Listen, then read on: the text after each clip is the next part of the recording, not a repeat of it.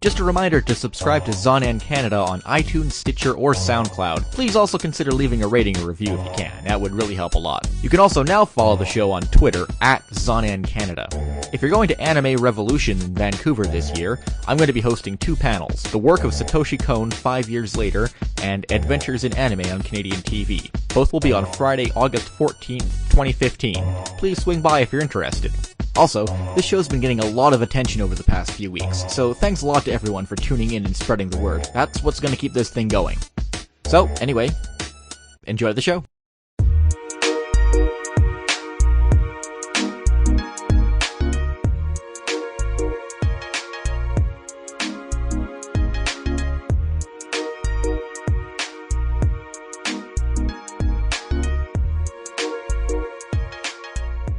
Hey everyone, welcome to Zonan Canada. This is Jesse. Today on the show, we are talking about why anime is more popular in Canada than in the US. And I think the most qualified kind of person to make that kind of assessment is someone who's actually from the US. And today's guest more than fits that bill. It's Mike Toole. Hey guys, thanks for having me on. I'm not sure why you think I am specifically the person most qualified, but it's an interesting subject to me. So I'm happy to talk about it. You brought it up on Twitter, and I think it's safe to say that, you know, we both agree with that assessment. So maybe we'll explore a little bit about why that's the case. And if you're not familiar with Mike Toole, he used to write for the website Anime Jump. He's contributed numerous commentaries and special features for the anime distribution company Discotech, and he currently writes the Mike Toole Show for Anime News Network. I try to keep busy. So, Mike, you were at Otakon a couple weeks ago. How was that? That was a heck of a show. They always manage to put on a really good one there. This time I had a bunch of fan panels to do. I actually ran the first ever Discotech industry panel. The guy who founded Discotech and still runs the company, a gent named Selby. He's not a very public speaking kind of guy. If you ever see Discotech at a convention, it'll be him and I believe it's his wife in the dealer's room. They just love to sell. But he's been wanting to have an industry panel for a while, so he asked me and Brady Hartel, who's a product designer and also an extras producer for Discotech. He's one of the guys that made that great Castle of Cagliostro Blu-ray that came out a few weeks ago, to do an industry panel for Otakon. So that went well. I also moderated a panel with the producer and 2 of the key creatives from Garo, the animation, which just aired in Japan a little while ago. One of their general producers was kind of tired of the whole, we talk about the show for 10 minutes, then we open it up to fan Q&A, and it kind of meanders all over the place. So they supplied me with some production materials. We looked at prototype sketches, image boards, the process of creating the look of the characters for the final character sheets, the sete. Then we looked at an animatic of an action scene when the 2 main characters, Leon and Alfonso, have a big fight midway through the series. And then looked at the final animation. And Mr. Kubo and Mr. Hayashi, the producer and the director, talked us through that. So that was a really cool experience. I haven't gotten around to watching that show yet, but people seem to really get excited about it. It's underrated. It's based on an old, not an old, but it's been around for a while, a live action project just called Garo. And, this new one, Garo the animation. Yeah, that was an old tokusatsu show, was it? Yeah. It's you think of tokusatsu and you think of, Power Rangers, Ultraman, that kind of stuff. Garo is tokusatsu for grown-ups. There's lots of sex and violence in it. And it's been a TV series and a TV special project since 2005. And didn't they also announce a new season? Was that at Otakon or AX? That was at Otakon, and that was one of those wonderful things that sometimes happens at these conventions, where their whole plan all along was to announce Garo Series 2 at Otakon, and they did that. But then the producer at MAPPA, the general manager, the guy that founded the company after he left Madhouse, Mr. Maruyama, kind of kept talking on about what they were going to do. So he was talking about the main character and the setting and who was going to appear in the series and all this other stuff that he wasn't supposed to talk about yet, which is why I'm being vague. But if you were at Otakon, that's a kind of wonderful, crazy thing that can happen at Otakon. Last year, I made the mistake of thinking that AX was the place to be, and as a result, I went to Anime Expo the one year when Anime Expo was a horrible disaster. Although it is kind of an overbloated mess now in general. But man, yeah, well, Otakon was actually down in attendance to the point that it's now third place for anime conventions. Although Otakon, Anime Central, and Anime North up in Toronto, those are all kind of in the same ballpark at this point. I don't think it's meaningful to try and break it out. AX is pulled away from the pack. isn't Anime North technically, if you don't count AX, which you very well, you could in many ways discount AX just because it's become this giant spectacle kind of megacon thing. I mean, doesn't this make Anime North now the second biggest con in North America? It's right up there. I mean, if we're going by pure attendance, Anime North, Otakon, and Anime Central are all around 25,000 people. Yeah. If you're using that metric, absolutely. I would say that after being a guest at Anime North this past year for the second time, that con, it really deserves more attention from the industry, I think. There's a lot of people there, and there wasn't a big industry presence this year, I felt. I don't think there was any industry at the con this year at all. I mean, last episode I had on Martin Sue from YTV, and he attends Anime North in an unofficial capacity. But, the broadcasters don't really send anybody to Anime North. The distributors, I think it's been a few years since Funimation has sent anyone. There was no industry representation this year. It's a really kind of bizarre oversight. And, in the face of Otakon losing 7,000 people this year, I think people are kind of, they're not really acknowledging how this has sort of pushed Anime North up. And I think it's rather telling that it ranks so highly in the attendance numbers at this point now. Yeah, I mean, I think one of the stumbling blocks to getting industry attention is that very often Anime North happens on Memorial Day weekend, which is a major holiday in the U.S. It's one of the weekends late in May. This particular Memorial Day weekend, there were two other major conventions, like two other cons that both draw more than 10,000 people.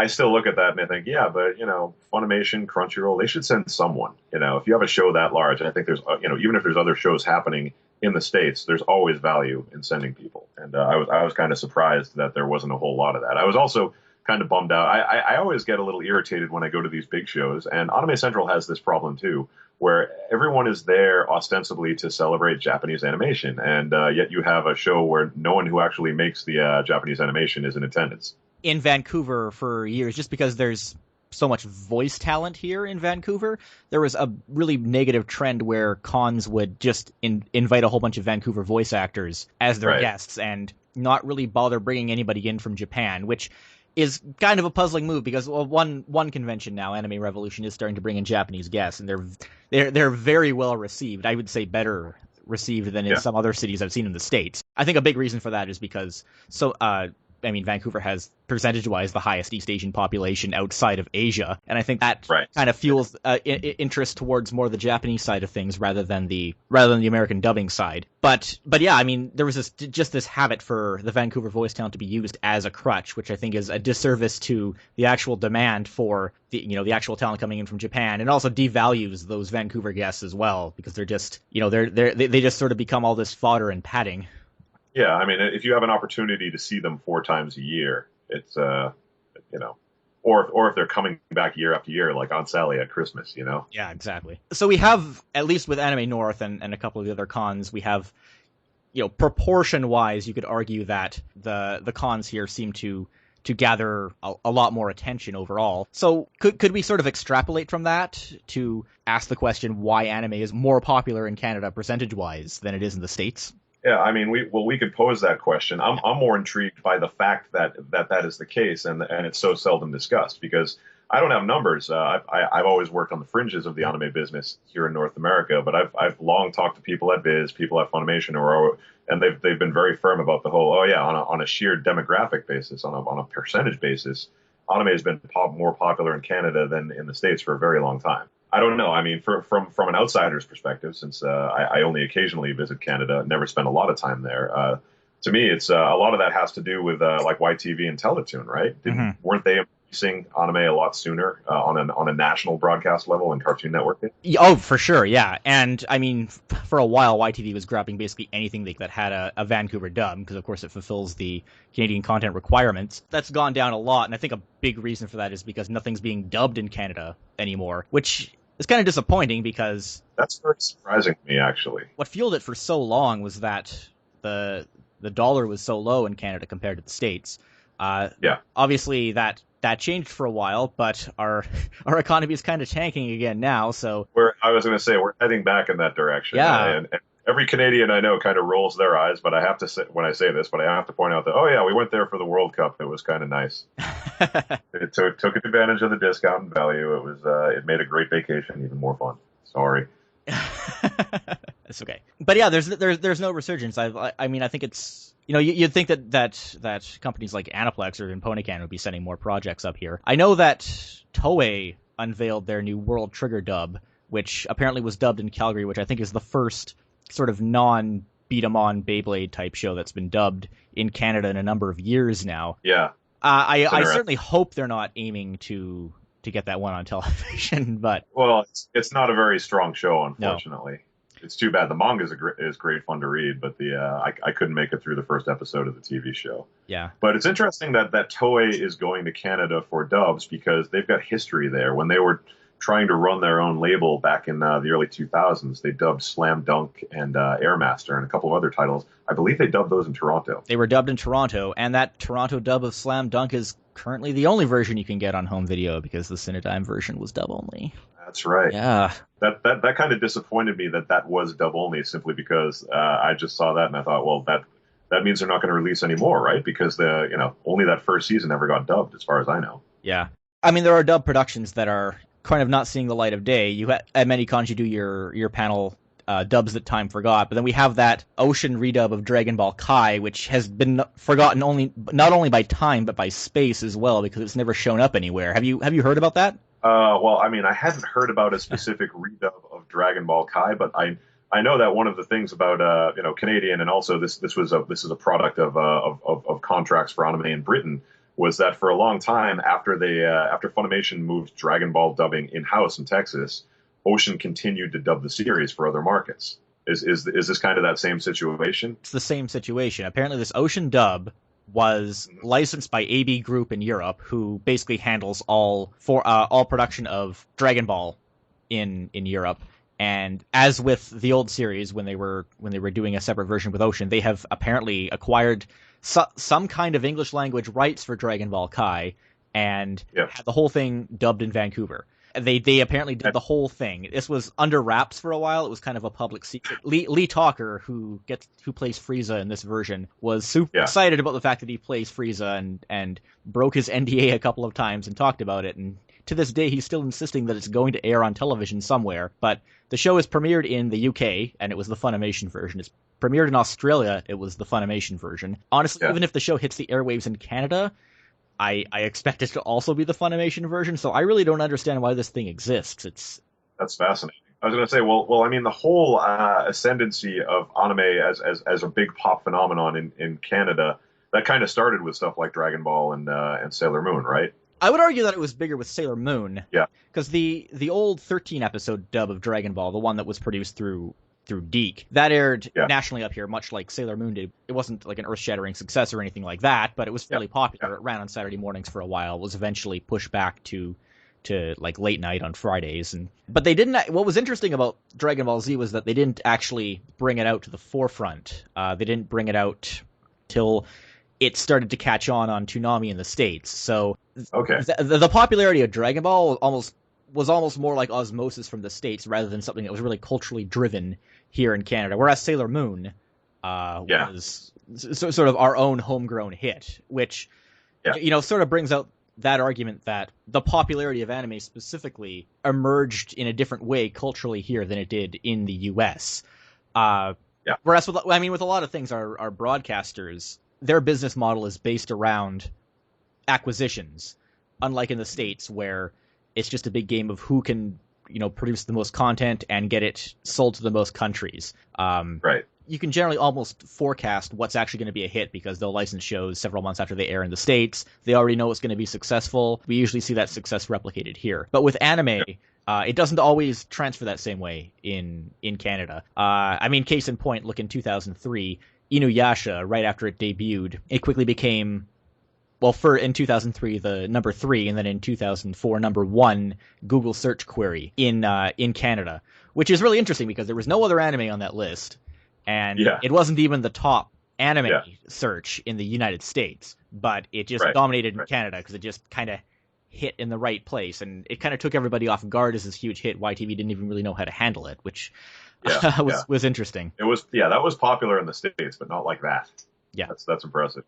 But in terms of Sailor Moon, we have this. There's sort of a weird situation now because we have the show streaming or Viz Media is streaming the show currently. But as with most titles that Viz Media puts out, it's exclusive to Hulu. So this same kind of border weirdness has now resulted in us losing access to Sailor Moon and not really being able to access it in any legal capacity apart from buying those terrible Blu-rays. Yeah, I mean that's a product of our terrible future world where Canada kind of kept the torch burning for Sailor Moon long enough for it to catch on in the States, and now you can't enjoy the fruits of that labor. Yeah, that sucks, and that's one of those. I've talked to people at Viz about it. And apparently, the big problem there is just that Hulu and the Canadian TV networks need to get on the same page, and it's not happening.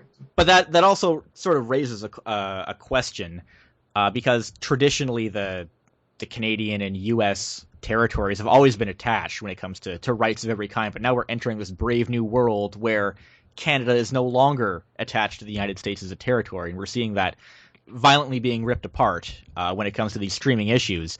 I mean, I don't know. I think it's better in a lot of ways that Canada's being acknowledged as a different territory, but there's all these legacy problems where the rights are still unequivocally connected when companies license the shows. Home video rights are still attached. Yeah, they're still really typically U.S. and Canada rather than separate territories. I mean, I guess you can say in a way that Canadians are kind of overly entitled because we're so used to getting everything that the United States gets. I was going to say, every once in a while you get something that we never even got. Like you guys got that first season of Precure, right? We did, yeah. That aired on YTV. That was kind of an interesting situation because when they aired Precure, I mean, they aired it in the Sailor Moon slot. They aired it weekdays at 3:30 p.m. But I guess culturally, 15 years later, the Sailor Moon slot doesn't really have the same kind of impact it used to, so that kind of didn't work out, which is unfortunate. That struck me as very odd because that was one of those Toei had been looking for years to try and get some interest in the show in the U.S. And when they couldn't, they dubbed that themselves and sold it to YTV. And I think it's kind of a missed opportunity because that's one of those deals where I think kids might have gotten interested in that show, but like the toys weren't there. The toys, the video games, all the tie-in products, you need all that stuff, and none of that was there. It was just the show.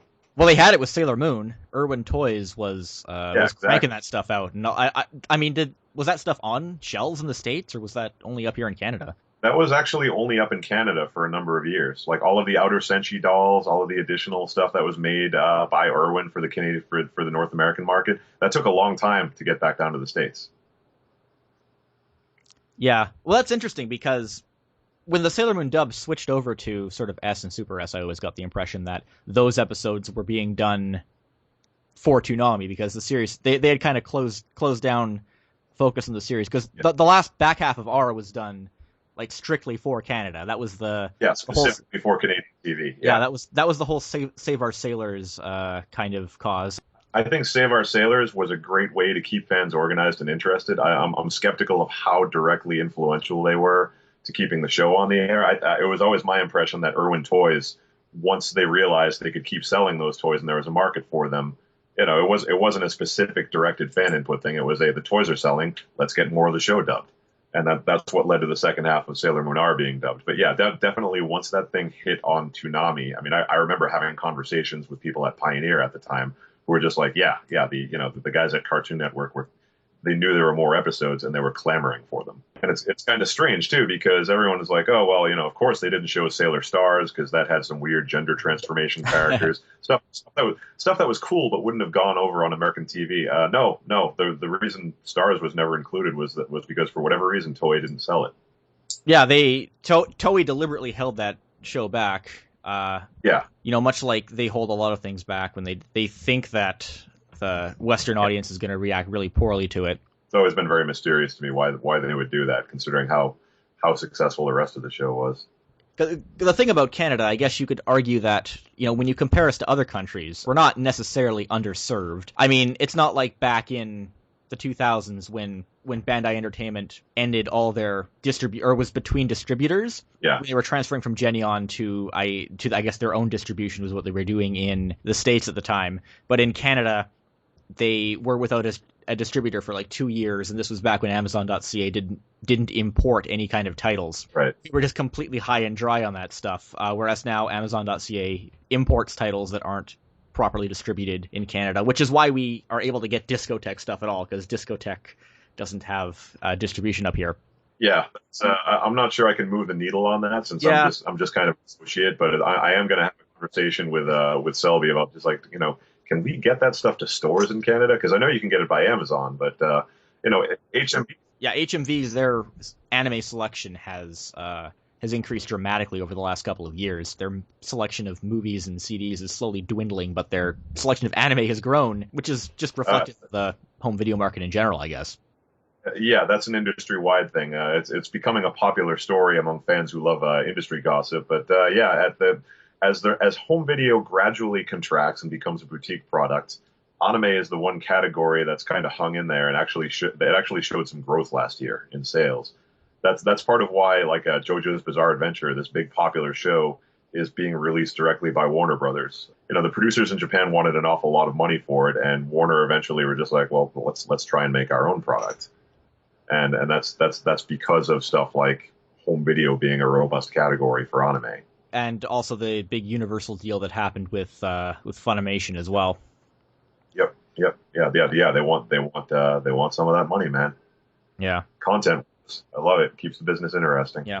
And I have to say, and just going back to Otakon, I know I'm, one of those ingrates who isn't happy that they licensed Rescued Speed Racer, but I was really hoping they'd finally announce that Escaflowne Blu-ray. Yeah, there are a lot of materials issues with some of those Sunrise titles. It's an infuriatingly slow process for everyone. Well, in the case of Escaflowne, I mean, they're going to have to redub it as well, which is, a relief on one hand, because that old dub was not very good. It was definitely one of the weaker efforts to come out of Ocean, because they were, rushing it for TV and everything, despite the fact that it had a really good cast. Why are they going to have to redub it? The dub was released uncut in the States. No, well, not completely uncut. They had, if you remember, the home video version of Escaflowne in Japan had additional scenes in the first 6 or 7 episodes that, for some reason, didn't exist on the masters that Bandai Entertainment got. That they used to produce the dub. So there's a good, I think, over 10 minutes of content that would have to be redubbed somehow. How they're going to do that, I don't know. Most of those actors are still working in Vancouver. That's the thing. I mean, I'd love it if they just sent the whole thing up to Vancouver to get it redubbed. The more likely scenario seems to be that they just redub it in-house. Or I guess they could just find the actors to redub those scenes. I mean, all the principal actors in Escaflowne, they are still active in Vancouver. That's something I would like. That's sort of my pie in the sky. One of my pie in the sky wishes when it comes to anime re-releases, they just redub Escaflowne in Vancouver. Seems unlikely, but yeah, that'd be real nice. Well, it's interesting that you touch on Escaflowne, Jesse, because wasn't that another show that it kind of got flushed really hard in the States in terms of the TV airing, but that hung around on Canadian TV, right? Yeah, oh yeah, they aired the whole thing twice, and on the second airing, they actually aired the real first episode of that too, which was pretty nice. They actually tacked the first episode on the end of the run so that when you watched it the second time, you got to see the real beginning. And it was interesting as well because I think I've probably mentioned this on the show before as well, but after the point where they were editing it for Fox Kids, they started editing it specifically for YTV, and they basically didn't really cut anything apart from painting over blood. Like, Delander's whole backstory was completely intact, which is pretty nice. And that's another thing, how you can tell that Escaflowne was being rushed on television, because they cast Andrew Francis as Delando. If they had known about the big twist at the end of that show, probably would have had Kathy Westluck or someone like her do it instead. That's very interesting to me, though, that there were separate edits for the Fox Kids version and the YTV version. It's another good example of, it was kind of tilting towards Canada then, where it's just like, okay, so they trusted Canadian viewers more than American viewers. I think it's just YTV didn't care as much. They're not concerned about things like pacing, like Fox Kids is, where basically anything that doesn't have characters constantly talking or in motion has to be just cut. Yep, blaring techno music always. So going back to this idea of Canada, so I mean, I don't think that the country is necessarily being underserved in the modern sense compared to a lot of other countries around the world. But I mean, I guess the question to kind of ponder is the demand in this country in particular higher than in other countries like, say, the UK?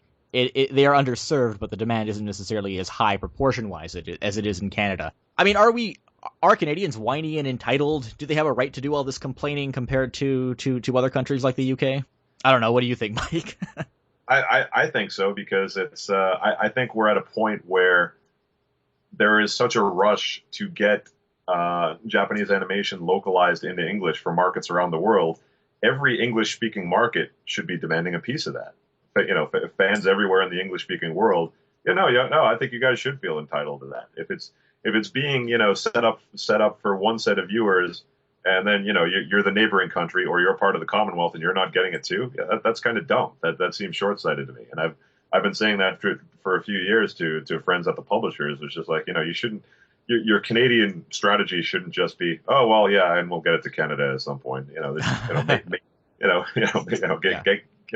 get that in the equation and get that out to fans as fast as you possibly can because it can only be a good thing. I mean, a good example is Funimation versus Crunchyroll's streaming strategy. Crunchyroll has just a worldwide focus as sort of their central strategy, whereas with Funimation, despite the fact that they pick up worldwide rights for titles, they focus pretty much exclusively on the U.S. and kind of deal with they do make it available in Canada, but they treat it as kind of a side thing. That's a question of infrastructure. Crunchyroll actually have employees around the world for different markets.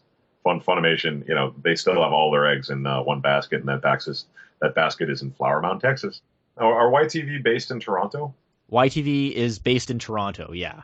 Yeah, so that's incredibly weird that they have no presence at Anime North because Cartoon Network, they don't go out for a lot of this. They're at San Diego Comic-Con, but they do Anime Week in Atlanta because that's their hometown convention.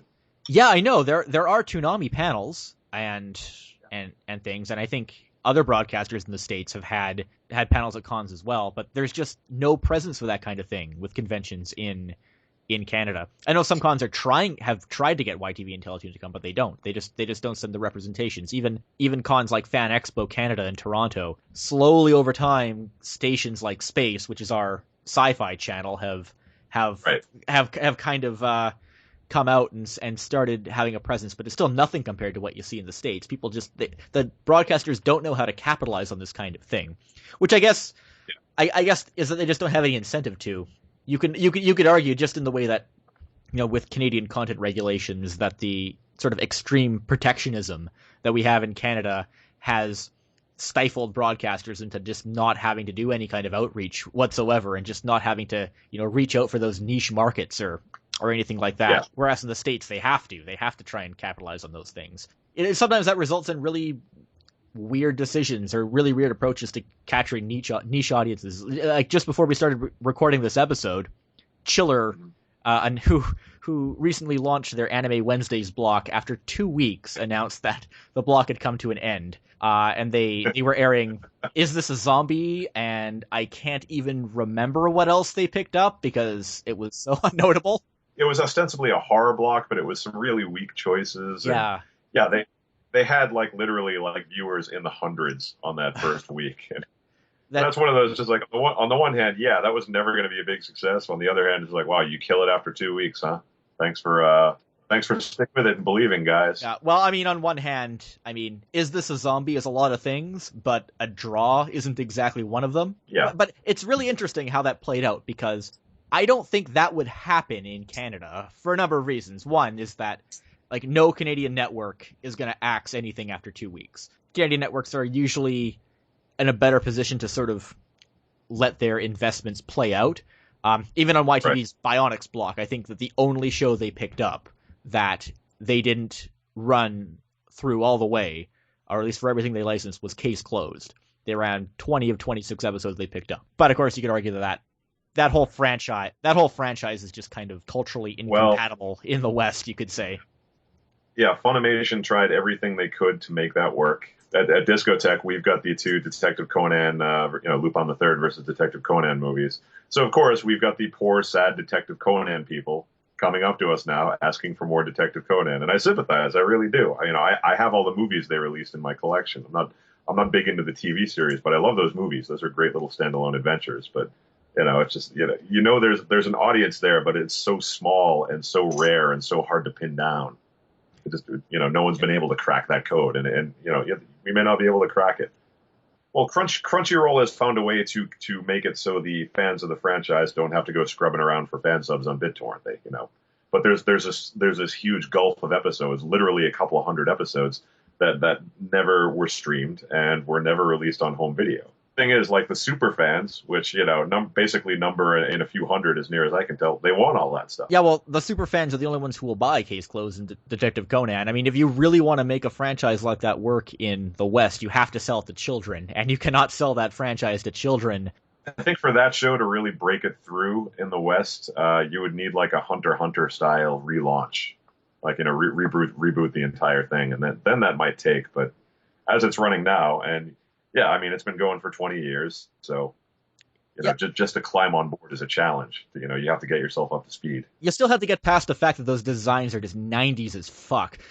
That is like 90s as show you could that you can point to. I mean, just look at those Lupin and Case Closed crossover movies. It's just that the styles don't even jive there at all. 70s versus 90s. Yeah, and even Lupin can be a little more versatile when it comes to fuzzing the character designs to work in a different decade kind of aesthetic. I mean, going back to having niche blocks on television. I mean, apart from the difference in economies when it comes to the investment in programming, I honestly think that in Canada there is just such a thirst for anything that's kind of different or foreign, that generally if a station will air anime, it will be a draw, unless people just completely fail to find that station. Right. Yeah, because I mean, you look at the blocks that had it. Razor which was owned by Chum, had anime running on it as long as Chum was around. Their anime block died with Chum. G4 Tech TV was running anime until Genion died, and then when Genion died, that deal died. That was one thing I'll give Genion a lot of credit for when that company was operating in the U.S. They worked their asses off to get their stuff to as many different outlets as possible. Including stuff like the Tech TV deal. They were always trying to, like, they were one of the first companies to really aggressively push towards streaming services, like before Hulu was announced, before Netflix streaming became a big thing. Like there was a streaming service that was run through one of the BitTorrent clients, Views. Like they'd be putting stuff on that. They were a company that was kind of willing to experiment with just getting stuff in front of people's eyes. It's a shame that doesn't seem to be quite as common. Super Channel, I don't know if you're familiar with Super Channel, was running anime for a long time as well, but that block also kind of died along with Sci-Fi's anime block in the States as well, simply because they were getting most of their content from the same place, and I guess they just didn't care to look elsewhere. Not that anybody watches Super Channel, it's ridiculously expensive. They did run Full Metal Alchemist Brotherhood, but the irony with that was that you can blind buy all of FMA Brotherhood on Blu-ray for cheaper than it would be to actually watch that show on their channel. That's rough. I mean, and the other thing is, Jesse, all these stations you're reeling off, like Tech TV and Super Channel and YTV, these are all national cable channels, right? Yeah, they are, yeah. See, in the 90s, if you were watching anime on TV in the States, you had all these weird little feuding, syndicated UHF channels, all these little broadcast channels, and it would vary from city to city when something was on. Like you could be in Pittsburgh and you're like, okay, I want to watch Sailor Moon. It's at 6:30 in the morning.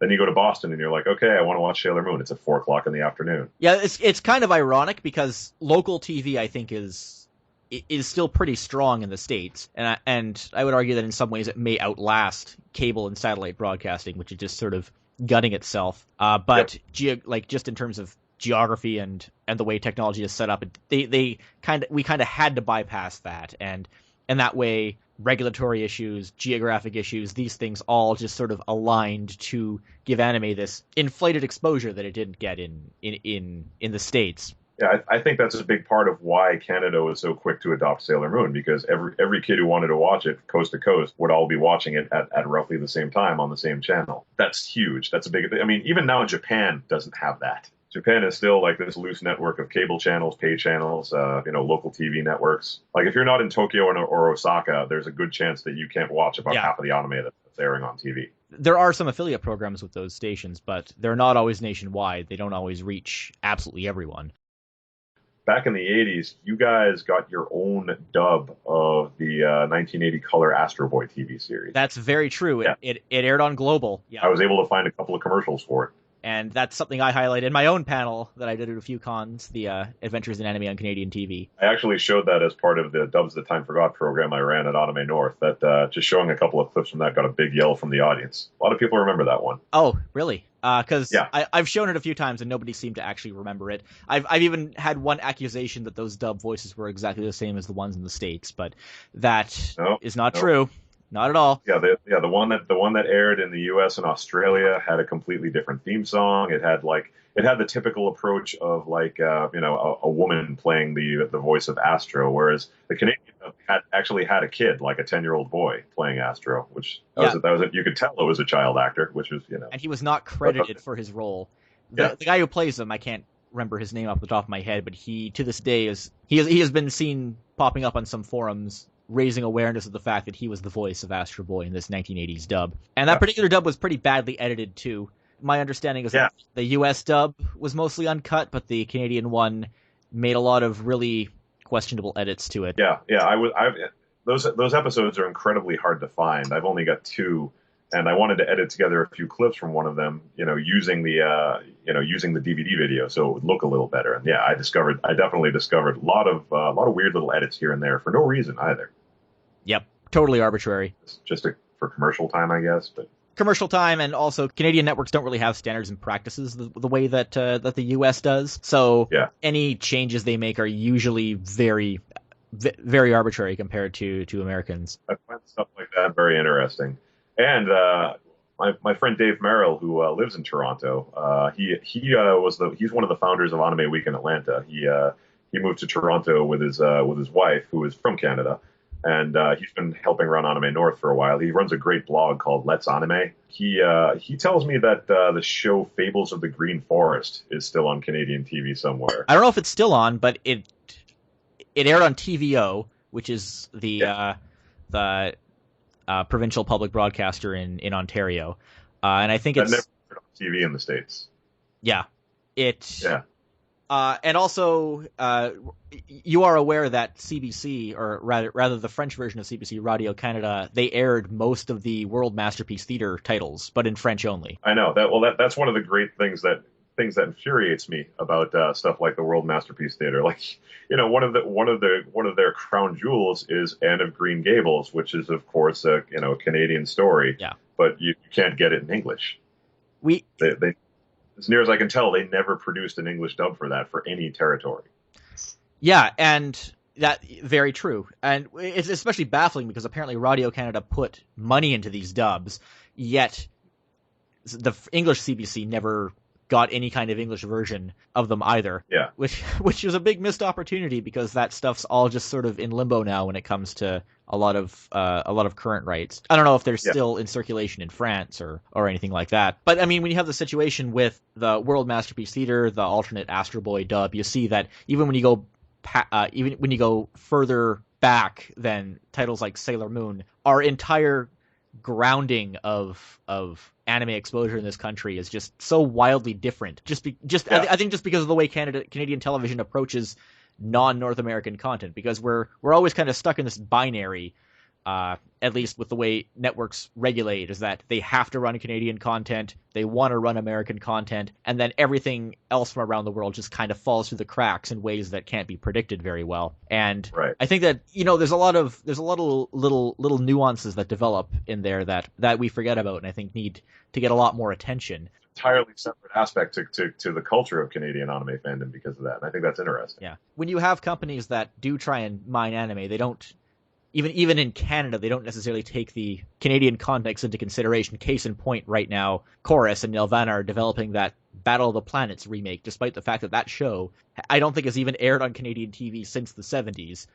Yeah, I know. You keep trying to scare me with that one piece of key art, and I just keep thinking, that one piece of key art is all we're ever going to see, man. I don't believe it. I don't believe there's going to be a cartoon, and I won't believe it until I see a pilot episode or a commercial or something with footage. They're saying 2016. It seems to be part of a bigger strategy because Chorus is launching that and the new live-action CG hybrid reboot, and another show called Mysticons, which is actually a kind of a female-focused action show, which might have a bit of promise to it. Okay. At least 2 of those 3 are going to launch. The Gatchaman's kind of the most up in the air at this point, I think. Yeah. If nothing else, I keep seeing it as a possibility that one of the Chorus Network's YTV or Teletoon might air Gatchaman Crowds, because, they could have the kitty battle of the planets and say, don't worry, nerds, we got that thing you like too, right here on the late night block. But yeah, I was going to say, and since you keep bringing up Chorus, Chorus is basically what they used to be in Nelvana, right? Is what Chorus, you're telling me? Chorus owns Nelvana, and they own YTV, and recently they acquired Teletoon as well. Okay, that reminded me. So how well did Card Captors do in Canada? Were there toys on the shelves? Was it kind of a big deal, or merchandising wise? I couldn't tell you. We did get merchandise for sure. When the show aired the first time, I know that when Nelvana produced the dub of Card Captors, it was produced as more or less a straight dub of the original, not unedited, of course, but it was more faithful. Most of the tempering happened after the production was finished, and it was made for Kids WB. When Teletoon aired the dub of Card Captors, it was still the same localized version, but they aired the episodes in the correct order. So there was that, and it ran for quite a few years, probably mostly because it was Canadian content, so they could ride it out. It seemed to have just enough momentum in the North American market in general that they actually broadcast the whole series, which I was not really expecting. I figured that would be 26 episodes and bye-bye, never see it again. I just remember there was a big furor when the final episode 72 or 73 aired, and it was just like, my God, they did it. They finished. They even dubbed the first movie. I don't know if Nelvana dubbed the first movie. I think that was a completely separate project from Genion after the fact. The second movie. So the first movie, I never watched that dub because I prefer the Japanese version. But it was my impression that the first movie was using the cast and the names from the Card Captors version. You know what? I don't know the answer to that. I've got the Blu-ray of it around here somewhere because we released it. But if you want to watch it in sparkling high definition, Discotek has released the first Card Captor Sakura movie on Blu-ray with both language versions. I think we got the second one in the pipeline for 2016 too. Yeah, and NIS put out the series, of course, and you can watch it with the Southeast Asian dub as a special extra on that, which is interesting. I don't know, man. I don't have that big of a problem with that dub. The dubs from that region of the world are all over the map, but I find that, especially in recent years, they've been getting better. Like I keep urging Right Stuff. Like they got Yakitate Japan a year ago. They've actually released most of it now. But when they got it, I was just like, you guys should include the dubbed version. And their CEO was just like, oh, those dubs are never good. But I've seen a couple of episodes of that dub. It's fine. It's like they actually seem to understand that it's a comedy. And, there's a lot of jokes. They have more than 3 voice actors. It's dubbed in Hong Kong, but it doesn't, they choose actors that can mask the whole Hong Kong British accent. They're still pumping a lot of that stuff out, mostly for Animax in Southeast Asia. And that's Animax is still in most continents. I know it was running in South America, Africa, Southeast Asia for. They were looking at launching in North America, but that never really happened. Like they launched a branded portal on Crackle, Sony's. Yeah, I remember service. that. Yeah, that's about as far as they got. I mean, their operation has been a tremendous boon to getting all sorts of anime dubbed in English because about 4 or 5 years ago, Animax Southeast Asia, the biggest arm of the company outside of Japan, mandated that everything they show has to be dubbed in English now. Because it used to be they'd air a lot of content subtitled. Yeah. Just leave it at that. And that's been helpful because a lot of times, like some of the Sentai Filmworks stuff, like their dub of Golgo 13, their dubs of the Clannad series, those were produced partly because Animax wanted dubbed versions of those. And especially a lot of these newer shows that come out too, if they're not obvious hits, if they're kind of on the bubble of is this going to be popular or not, if they end up getting dubbed, chances are it's because Animax or Manga UK or some foreign interest said, hey, we'll help pay for that, so we can have that in our territory too. Animax is absolutely the driving force for anime in so many countries right now.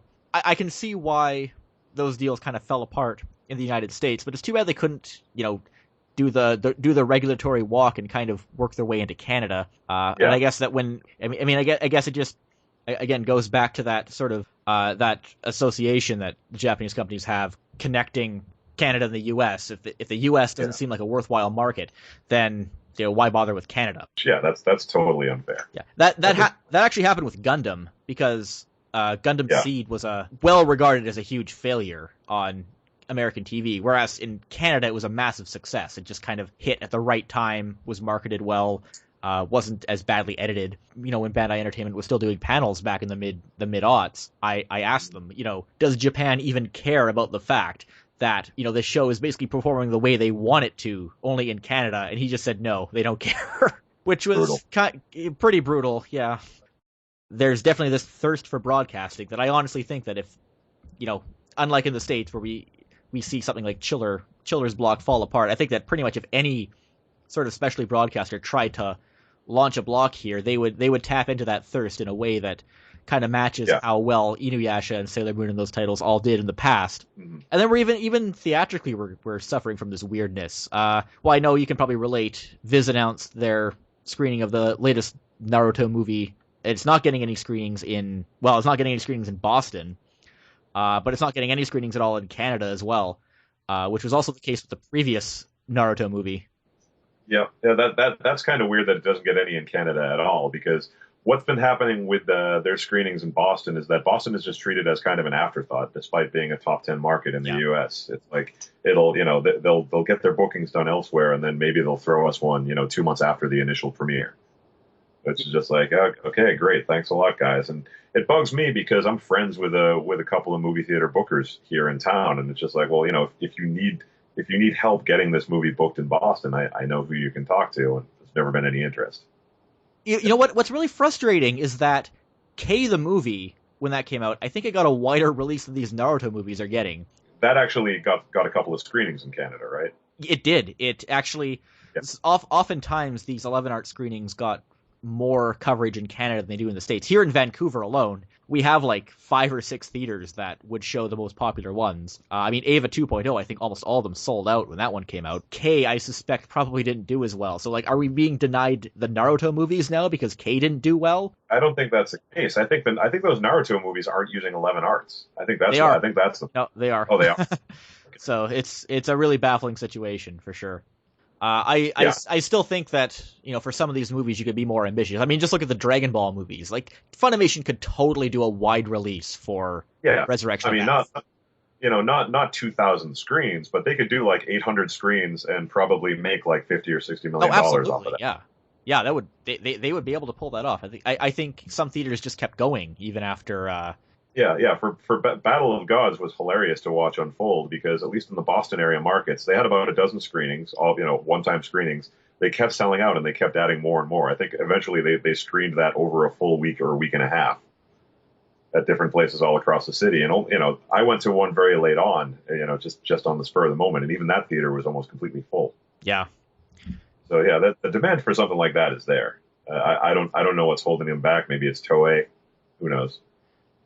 Maybe. I've just gotten the impression that Funimation doesn't really have the resources to do proper theatrical releases, which makes me kind of concerned that those live action Attack on Titan movies might not get the exposure they probably should get.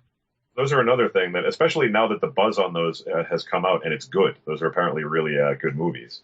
Yeah, I am really looking forward to those. Yeah. Well, the thing is, when you have a big time, live action adaptation of a Japanese anime, usually what happens is it's a solid hit and everyone's excited. That happened with Space Battleship Yamato, which Funimation actually eventually released on Blu-ray. That did very well for them. Yeah. But there have been other cases like the live action Gatchaman movie, where it's just everyone's excited. There's trailers, there's commercials, there's hype right up until release day, and then suddenly everyone in the Japanese press stops talking about it. That's how you know it's a piece of crap. At least we got Gatchaman crowds out of that one. Yeah. That was part of the strategy, and that paid off at least. Yeah. Okay, I think that just about does it for this episode. Mike, did you have anything you wanted to say before we sign off?